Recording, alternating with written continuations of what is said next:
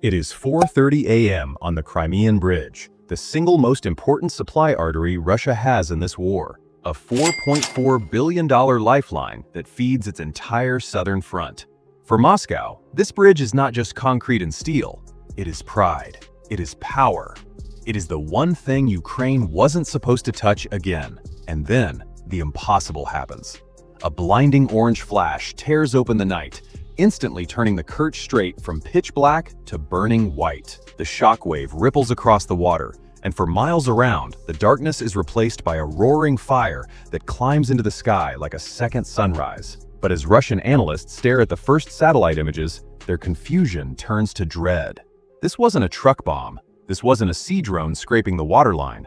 Something far more precise, far more alarming, hit the bridge from above. The twisted metal and the specific pattern of destruction tell a much scarier, much more sophisticated story for the Kremlin. The massive steel beams are sheared clean, as if cut by a giant laser. The reinforced concrete is pulverized from above, not blew up from below. These are the distinct, terrifying marks of precision strikes by American-made GBU-39 glide bombs. The realization sends a chill through the spine of the Russian High Command. It implies a catastrophic failure of their defensive doctrine. It means Ukraine didn't just blow up the bridge again. Their pilots flew F-16 Block 50 fighters straight through the heart of the most impenetrable air defense network on the planet, dropped their payload with surgical accuracy, and returned to base without a scratch. What was considered mathematically impossible, a suicide run into the teeth of the S-400, has become a costly, humiliating reality. But before the smoke clears and the Kremlin starts firing its generals for incompetence, we must understand the engineering puzzle Ukraine had to solve. This wasn't a lucky break. It wasn't a random probing attack. It was a masterclass in asymmetrical warfare, an operation meticulously planned for months, codenamed Blind Bear. But behind the codename, behind the millions of dollars of aerospace hardware, behind the geopolitics, there is a man. First, let's meet the main character of this raid. Not the jet, but the soul strapped inside it. Meet Major Andriy Melnik, callsign Ghost. He isn't the swaggering Top Gun character with aviator sunglasses and a chewing gum habit you see in Hollywood movies. He is a 35-year-old father of two from Kharkiv who hasn't slept properly in 3 days. His face is lined with exhaustion, his eyes red-rimmed from staring at flight simulators and briefing maps. He calls himself Ghost not because he is invisible, but because he is the last surviving member of his original squadron. Everyone else, his wingman who taught him to fly formation, his flight lead who saved his life over Kyiv, his best friend since the academy, is dead. They are all gone, lost to Russian missiles and artillery. And tonight, as he straps into the ejection seat of the F-16 Block 50, Andriy is absolutely, paralyzingly terrified. His hands shake slightly as he adjusts his oxygen mask, the rubber smelling of stale air, sweat, and anxiety. The cockpit, usually a place of focus, feels like a coffin tonight. On the dashboard, taped right next to the multi-function display glowing with navigation data, is a small, crinkled piece of paper. It's a drawing, a yellow sun with a smiley face scribbled in crayon by his 6-year-old daughter, Olena. That drawing is the only thing keeping him from vomiting with fear. He touches it with his gloved finger, a ritual prayer he performs before engine start. One more time. He whispers into the dead air of the cockpit. Just get me home one more time. For her. In the hands of American forces supported by AWACS, electronic warfare jets, and satellite intelligence, this F-16 is an apex predator. It rules the sky. But here, flying alone into the jaws of the Russian bear without NATO support, Ghost knows the dynamic is flipped. He is prey. He is a lone swimmer in a tank of sharks. He carries 4 GBU-39 small-diameter bombs. These weapons are marvels of engineering. 250-pound gliders with diamond-back wings that deploy in flight. But the mission profile is insane. It requires hitting a moving target, a Russian ammunition convoy transporting 150mm artillery shells. It is like trying to shoot a bullet out of the air with another bullet, while blindfolded, while someone is shooting at you with a shotgun. Standing in the way is the villain of our story, the Russian S-400 Triumph system. On paper, this system is a monster. It is the reason Western analysts fear Russian airspace. Its massive 92 N6 gravestone radar is a phased array beast that can track 300 targets simultaneously, prioritize the most dangerous ones in milliseconds, and guide missiles to intercept them. Its 48 N-6 missiles are essentially flying telephone poles, weighing nearly 2 and 3 tons. They don't just fly, they scream through the air. During his accelerated training in Arizona, the American instructors, veterans of Iraq and Serbia, told Andriy that flying into an S-400 envelope without electronic support was suicide. "You don't do it, son," the instructor had said, his face grim, tapping the map of Crimea. "The math doesn't work. The radar will see you before you even know it's there. You just don't do it." Tonight, Andriy has to forget that lesson. He has to unlearn the logic of survival. He has to bet his life on a plan that the mission planners admitted has a 72% probability of failure. The clock ticks. 4:40 a.m. The Black Sea is silent, dark, and freezing. Inside the cockpit, the silence is broken only by the ragged sound of Ghost's breathing and the low hum of the avionics cooling fans. But the electronic spectrum is screaming. The radar warning receiver, the digital eye that watches for enemy radar, is already lit up with the angry yellow bands of Russian search radars sweeping the coast. The sound, beep, beep, beep, beep, beep, is a constant, rhythmic reminder that death is watching him. It's the heartbeat of the enemy. He's skimming the waves at barely a few hundred feet, salt spray spitting up at the canopy. At 620 miles per hour, the dark water below is a blur of motion. It feels less like flying and more like riding a missile. His brain screams at him to pull up, to find safety in altitude where he has room to maneuver. Every instinct he has as a pilot fights against flying this low in the dark, where a single twitch of the wrist could send him crashing into the sea. But he forces his hand to stay steady on the stick. He thinks of his apartment block in Kharkiv, the one destroyed by the very artillery shells he is here to stop. He remembers the dust, the screams, the ruin. That anger overrides the fear. That anger is the fuel that keeps his hand steady. Ahead of him, the S-400 battery in Kerch sweeps the horizon with its powerful beams. This system processes target data with the speed of a supercomputer. If Ghost climbs even 100 feet now, just a momentary lapse in concentration, the radar horizon will unmask him. The S-400 will see the F-16, lock on, and he will be dead in 15 seconds. He needs a distraction. He needs a miracle. He needs chaos. And exactly on cue, the ocean wakes up. 3 miles ahead of the jet, hidden in the troughs of the waves, 10 Magura V-5 sea drones do something unprecedented. Usually, these are suicide boats designed to ram ships and detonate. But today, they stop dead in the water. The engines cut to idle. The top hatches slide open with a mechanical whir, and a swarm of 44 modified FPV drones rises vertically into the night sky from the decks of this robotic flotilla. It's simple math meeting brilliant logistics. Small quadcopters don't have the battery life to fly the hundreds of miles from Ukraine to the bridge. So the Magura boats acted as motherships, carriers for a mosquito fleet, solving the range problem by hitching a ride to the very doorstep of the enemy. As the swarm climbs to an altitude of 4,700 feet, the operation splits into 2 distinct, choreographed phases. 6 Magura boats, their delivery task complete, immediately turn around and speed back toward the safety of the open sea. They are expensive assets, too valuable to waste. However, the remaining 6 Magura units stay behind. They are the sacrificial lambs. They surge forward at full throttle, activating corner reflectors, simple geometric metal shapes designed to bounce radar waves back aggressively. These reflectors exploit physics to make these small 5-meter plastic boats look like large 20-meter steel landing ships on Russian scopes. Above them, the 44 FPV drones aren't just buzzing in the air aimed at nothing. They are acting as flying transmitters. Each one turns on a custom-made jamming pod. To the human eye, they are just plastic toys with blinking lights. However, to the Russian S-400 radar, they look terrifyingly different. They emit a signal that mimics the specific radar cross-section and velocity of incoming Storm Shadow cruise missiles. Suddenly, the calm atmosphere in the Russian command bunker in Kerch evaporates. The screen of the radar operator floods with 44 high-priority threats. Red icons proliferate across the display like a virus. The AI logic of the S-400 freezes. The algorithm hesitates. It tries to classify the targets. Are they drones? Are they missiles? Are they jets? There are too many, appearing too fast. The panic trickles down from the strategic level to the short-range defense.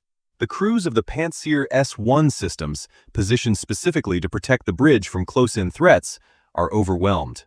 Their radar screens become a blizzard of electronic noise and ghost targets. The battery commander, realizing the computer targeting is useless against this saturation, screams the order into his radio. "Free fire! Switch to optical! Engage all targets!" Hell is unleashed.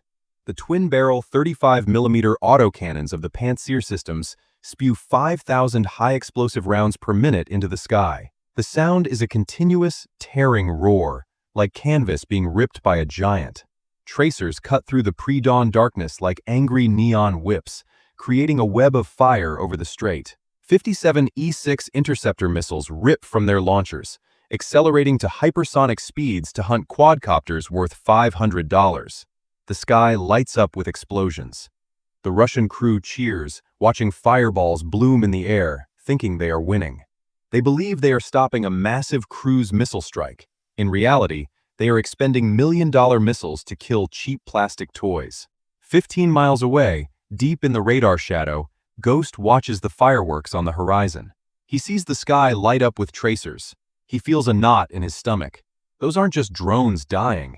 Those Magura boats are piloted by remote operators, his friends back at base, who are throwing their machines into the fire just to buy him a few seconds of invisibility.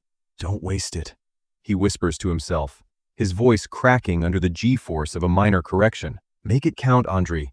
They are buying you time with their lives." Every turret aimed at the drones is a turret not aimed at him. He checks his radar altimeter. 200 feet. He is physically hidden behind the curvature of the Earth. The Russian defense network has developed tunnel vision. It is focusing entirely on the loud, bright swarm at 5,000 feet, completely forgetting the silent killer skimming the waves below. Ghost pushes the throttle to max military power. He does not engage the afterburner. The massive heat plume would be visible to infrared sensors. He needs raw, cold thrust. The F-16 shudders as it accelerates, closing the distance to the bridge. Back at the bridge, the swarm is slaughtered. 15, 20, 30 drones fall in seconds. The Pantsir systems are reloading, barrels glowing cherry red from the heat, the air thick with smoke and the acrid smell of gunpowder. Russian operators high-five each other, wiping sweat from their brows, thinking they successfully defended the bridge from a massive air raid. Their screens clear. The false targets disappear as the last FPV drone spirals into the sea. The Russian operators take a breath. They think the fight is over. That is the signal. The 5 sacrificial Magura boats, lurking in the shadows of the bridge pylons, charge. They rev their engines to maximum, screaming electronic noise. The Pantsir crews panic again. They are forced to crank their guns down, aiming at the water, firing wildly at the fast-moving boats. This is the moment. The golden window. Ghost feels the adrenaline hit him like a drug. His heart hammers against his ribs. He grinds his teeth so hard his jaw aches. He pulls the flight stick back. The F-16 shoots from a ceiling of 200 feet to 2,000 feet in a violent vertical climb. He exits the radar shadow. The RWR goes from a rhythmic beep to a solid screaming tone. Lock on. The sound is deafening. He has just stood up in the middle of a gunfight, holding a neon sign that says, "Shoot me." At the peak of the climb, he executes a 44-degree toss maneuver. Time seems to slow down. Gravity pulls at his body. Through the targeting pod, displayed on his multifunction screen, he sees the bridge deck. He sees the convoy. 20 heavy Kamaz 6350 trucks. He sees the lead truck crossing the bridge. His thumb hovers over the release button. The computer calculates the release point. "Drop it now," his survival instinct screams. "Drop it and run. You can still escape. You are painting a target on your back." "No," he thinks, fighting the panic. "Not yet." He sees the escort vehicles. Useless targets. Hitting them won't break the bridge. He needs the payload. The trucks in the middle covered in generic green canvas to be directly over pylon 140, the weak point. He holds the climb. He is a sitting duck. The radar lock tone is filling the cockpit with the sound of impending death.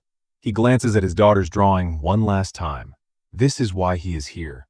To stop the shells that fall on her school. To stop the war from reaching her bedroom. The heavy center of the convoy crosses the targeting line. The reticle turns red. Fox 3, he said. Ghost presses the release button. The aircraft shudders significantly as two GBU-39 bombs detach from the hardpoints. Their diamond wings snap open. They are away, gliding silently into the night. But his luck runs out. The S-400 operator in the bunker resets the filters. The jamming interference vanishes. The F-16 is exposed, naked on the radar screen. A missile screams off the rail, closing with terrifying speed. It's a 48 N6 missile, accelerating to Mach 6, riding a column of fire. Ghost sees the smoke trail rising from the ground.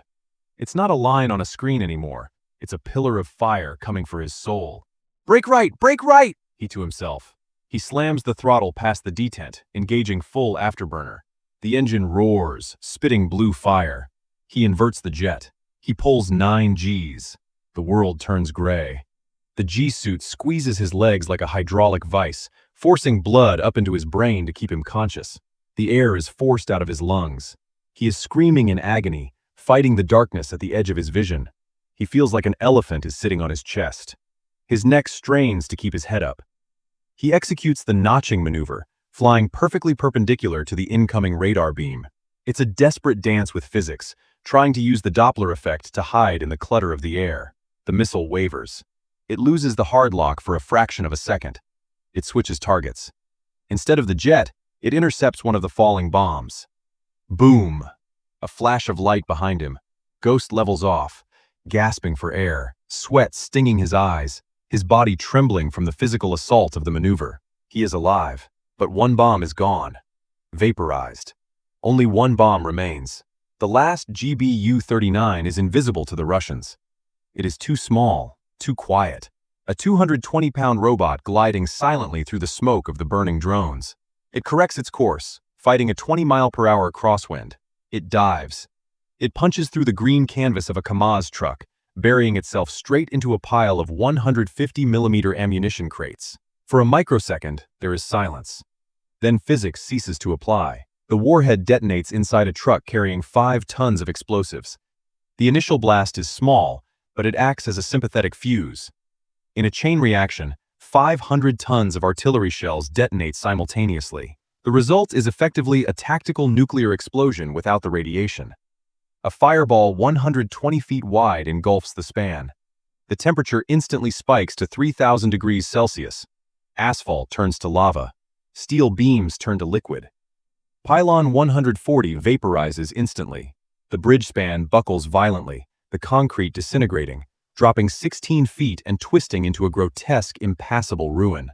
10 miles away, Ghost doesn't look back for glory. He looks back to confirm he didn't die for nothing. The orange glow reflects on his visor, brighter than the rising sun. He slumps in his seat, the adrenaline crash hitting him instantly. His hands are shaking uncontrollably now. He touches the drawing on the dashboard, his finger tracing the yellow sun. "We're going home, Elena," he says to the empty cockpit, tears mixing with the sweat on his face. "We're going home." As dawn finally breaks over the Kerch Strait, the orange glow of the burning bridge fights against the rising sun. Thick black smoke continues to coil into the sky from the broken span, marking a scar on the sea that will last for months. The logistics of the Russian southern front are broken. The ammunition that was meant for the front lines is now ash at the bottom of the sea. Ghost flies back toward the Ukrainian coast in silence, the only sound the hum of the engine that carried him through hell. He knows that while he survived tonight, and the bridge is broken, the war is far from over. He will have to do this again. Operation Blind Bear didn't just destroy concrete and steel, it dismantled the myth of invincibility. It proved that in the unforgiving algebra of modern combat, no fortress is truly impenetrable.